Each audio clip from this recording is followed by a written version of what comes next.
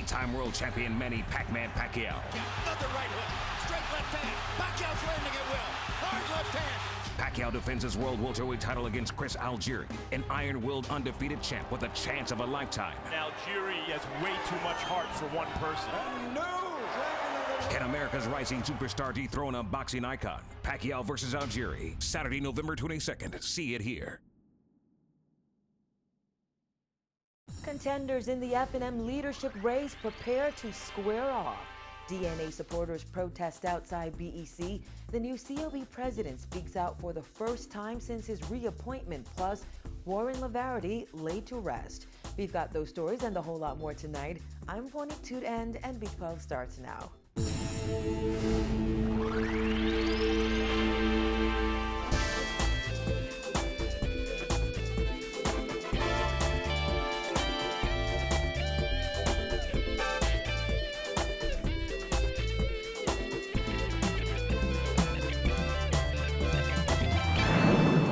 Tonight, in less than 24 hours, Free National Movement delegates will determine if Dr. Hubert Minnis will continue to lead the party or be replaced by his own deputy, Loretta Butler Turner. Tonight, Kyle Joaquin takes a look at the people vying for the top posts in the F&M.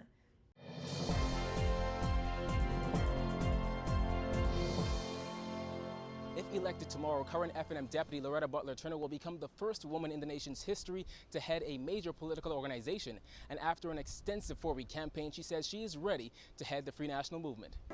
It was I who held the party together in spite of the insults and the negativity that may have been inflicted and thrown at me.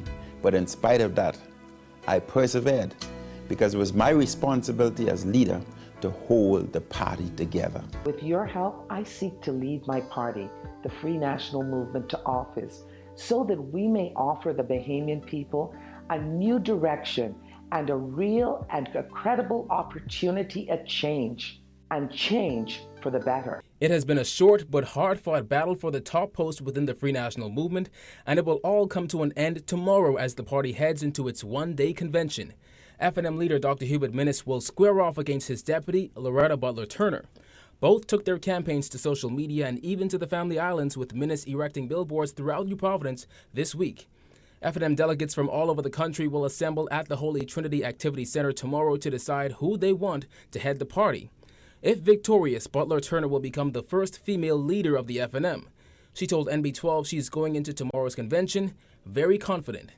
I think that having shared with them the plan that I have, not just for our party, but moving our country forward, I feel very confident that I've done all that I can do to convince that I am certainly the best candidate to lead our party forward as of tomorrow.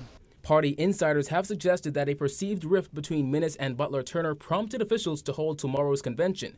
Butler Turner says despite what happens tomorrow, the F&M must emerge strong, focused, and united. And that we must continue to build bridges with persons that may have gone astray or persons that might be looking elsewhere at this time. We've got to bring them back home, and we've got to make sure that every F&M feels that they're a part of this family.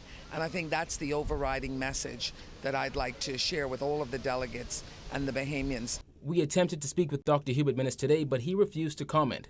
However, during his campaign, he made it clear that at this time, the party doesn't need a leader who is simply articulate, but someone with solutions. Our country's ailing at this time. Do you want a speaker? Do you want an orator? Or do you want solutions? But it's not just the leadership race that has everyone talking. Tonight, I am pleased to say that considerable thought has led me to offer myself in service to the Bahamian people as a representative of the Free National Movement as the deputy leader. 3 men, Dr. Dwayne Sands, Peter Turnquest, and Darren Cash, have all put their names forward in hopes of becoming the party's next deputy leader. Yesterday, Turnquest said he's prepared to be the new fresh face the party has been looking for. Today, Cash said the deputy must understand that their role is to support the leader and spread the party's message. He said he's prepared to do that.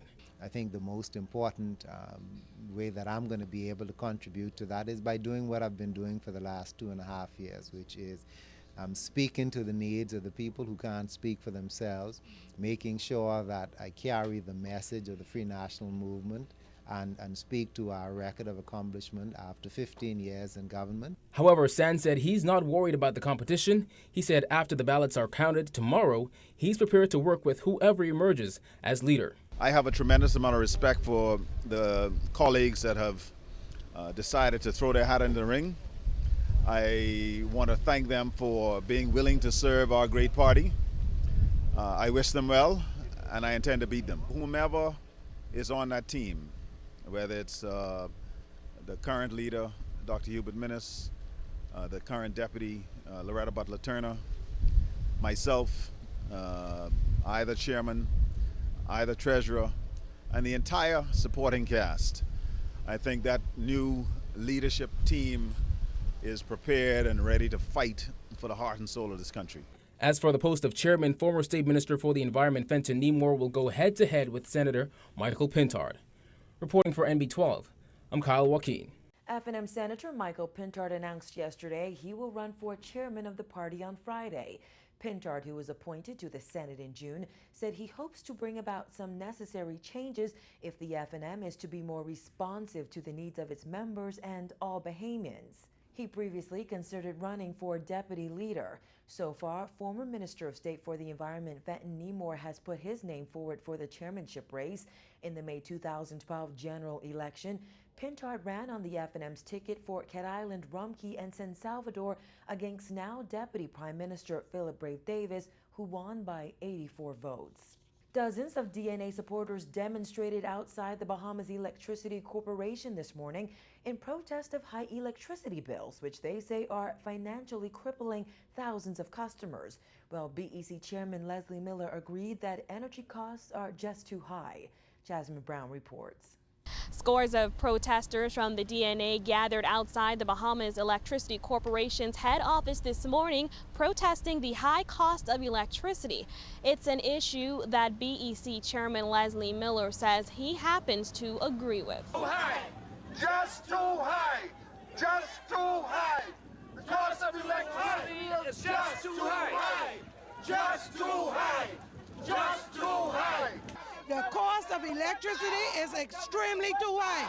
I wonder how us who are unemployed is making it and how the old age pension people is making it. It is really too high. They need to do something. It's hard. It's hard. Most of us don't even have a job. Right now, the economy, everything is high.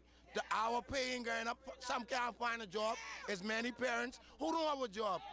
So how do they expect? They trying to make us hard and criminal. They need to sit down and think about this. VAT is coming and it's going to be variable. How do you expect that on top of on the poor people's back to pay an additional price on the electricity bill? The bill needs to be lowered. It needs to be lowered for the people. Led by Party Leader Branville McCartney, Deputy Leader Chris Mortimer, and Chairman Andrew Wilson, about 100 DNA supporters marched around BEC's Blue Hill Road headquarters once this morning as they chanted "just too high." As BEC employees looked on, party supporters demonstrated for 1 hour and handed out flyers to passing motorists. DNA leaders say the high cost of electricity is a subject that needs to be addressed for the sake of all Bahamians, especially considering value-added tax is set to be implemented at 7.5% in January. We want to see some movement in terms of alternative energy. We want our bills to be reduced. As a result of the high bills that we have to date, the cost of doing business at the end of the day, people are going out of business. Some of our bills are higher than our mortgages. It cannot be continued under the way we're doing it now. Cost of electricity is killing businesses in this country. Businesses are being forced to choose between paying their electricity bill and paying their employees. People can't live, and if our people can't live in this country, trust me, they can make it hard for everyone to live in this country. We just saying the government, live up to your word. Live up to your word, bring down the cost of electricity. State Minister for Finance Michael Halkitis revealed in July that electricity bills would be vatable and suggested customers could see an increase in their light bills. In October, at least 3 generators at the Clifton Pear Power Station failed, leading to rolling blackouts. As a result, the corporation operated the Blue Hills plant at full capacity to meet the summer demand. The move resulted in an increase in the fuel surcharge from around 20 cents per kilowatt hour to around 30 cents. BEC Chairman Leslie Miller said though the global price of fuel dropped in recent months, BEC is not in the position to lower the cost of electricity since its increase last month.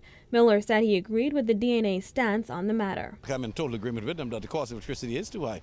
I've been saying that for the last 2.5 years.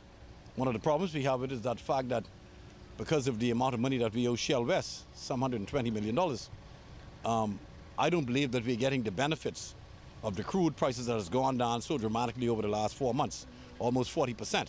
We've seen a decrease, but not nowhere near what it should be. And we pass those savings on to the Bahamian people. But the savings are so insignificant, they aren't feeling it that much in their monthly billing. Prime Minister Perry Christie has also commented on the matter. Last year, he stated costly BEC bills were an extraordinary drain and have an extraordinary impact on Bahamian families.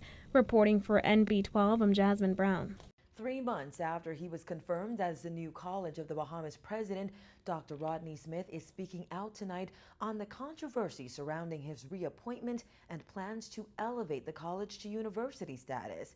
Smith says he is unfazed by public scrutiny, telling NB12 he has been given an opportunity to come back and serve his country, and for that, he is grateful. We have a lot of work to do. We really don't have that much time to keep looking backwards, and so we are looking forward completely. 9 years after he resigned as COB president amid a plagiarism scandal, Dr. Rodney Smith told NB12 he's happy to be back home and back at the helm of the country's leading tertiary education institution.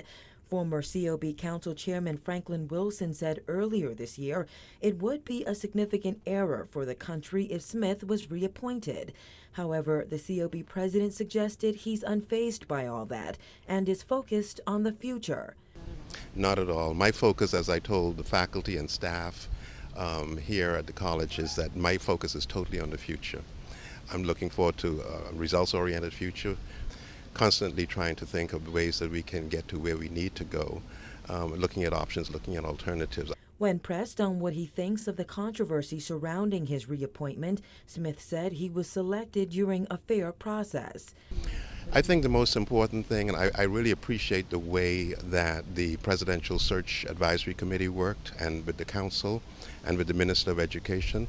I appreciate deeply the way they worked because I think it allowed the general public to get to know who I am in terms of what my experiences are, what my qualifications are. And I enjoy the fact that I, like the other candidates, went through the entire process step by step. I have become good friends with several of the other candidates as well, and I hope to solicit their efforts in helping us to build the University of the Bahamas. Education Minister Jerome Fitzgerald has said, despite some concerns that had been expressed in some circles, Smith had the majority support of stakeholders. In his pitch to college stakeholders in March of this year, Smith pledged to reduce COB's reliance on government subventions by 16% and generate capital creatively by establishing a fundraising committee. He told NB12 they are steadily working together towards those goals. We've actually started planning towards those goals already. We are actually putting a lot of organizational structuring in place now as we move forward, talking with a lot of people, supporters outside of the institution as well as within the institution. We're planning towards making sure that we accomplish our goals in moving to a University of the Bahamas, but creating the kind of revenue source that's going to help the institution have a very, very solid foundation moving forward. The circumstances surrounding Smith's resignation in 2005 came back into focus when he sought reappointment. In May 2005, he used a portion of a speech given by New York University President Dr. John Sexton without providing attribution. Smith has said he made a serious mistake and it would never happen again. I feel like I've been given an opportunity to come back and be of service to my country, and for that I'm deeply grateful. Former parliamentarian and founding member of the FNM, Warren Lavarity, laid to rest today. Find out more after this break.